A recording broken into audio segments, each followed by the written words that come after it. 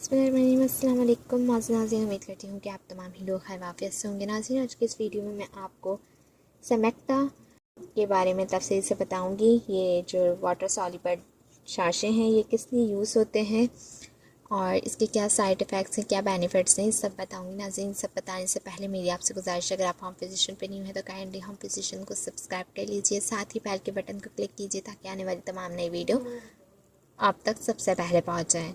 सेमेक्टा जो है इसकी मेन इंग्रेडिएंट कह लें या फिर इसकी फॉर्मुलेशन कह लें तो वो है कि डायोकेटेटर सेमेटाइल इसका मेन इंग्रेडिएंट हैगा।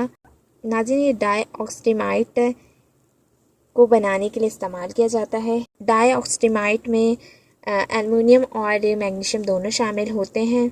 नाज़रीन, ये जो है एक्टको फार्मा वाले इसको मार्केट करते हैं।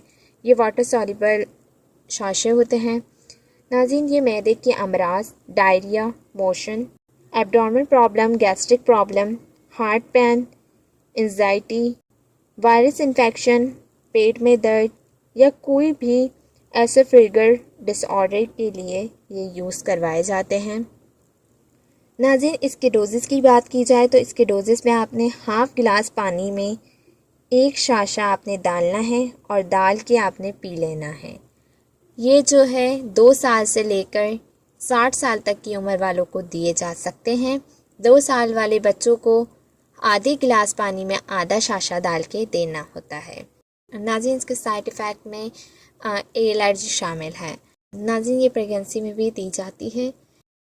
नाज़रीन, ये उन मोशनों के लिए दी जाती है जो बहुत ज़्यादा अरसे तक आ रहे होते हैं, कंटिन्यूसली आ रहे होते हैं, तो ये दिन में एक बार ही दी जाती है पीने के लिए। सो नाज़रीन, ये थी आज की वीडियो। आई होप आपको पसंद आई होगी। वीडियो पसंद आए तो लाइक और शेयर कीजिए। नेक्स्ट वीडियो तक के लिए इजाज़त दीजिए। दुआ में याद रखिएगा, अपना बहुत ज़्यादा ख्याल रखिएगा। अल्लाह हाफ़िज़।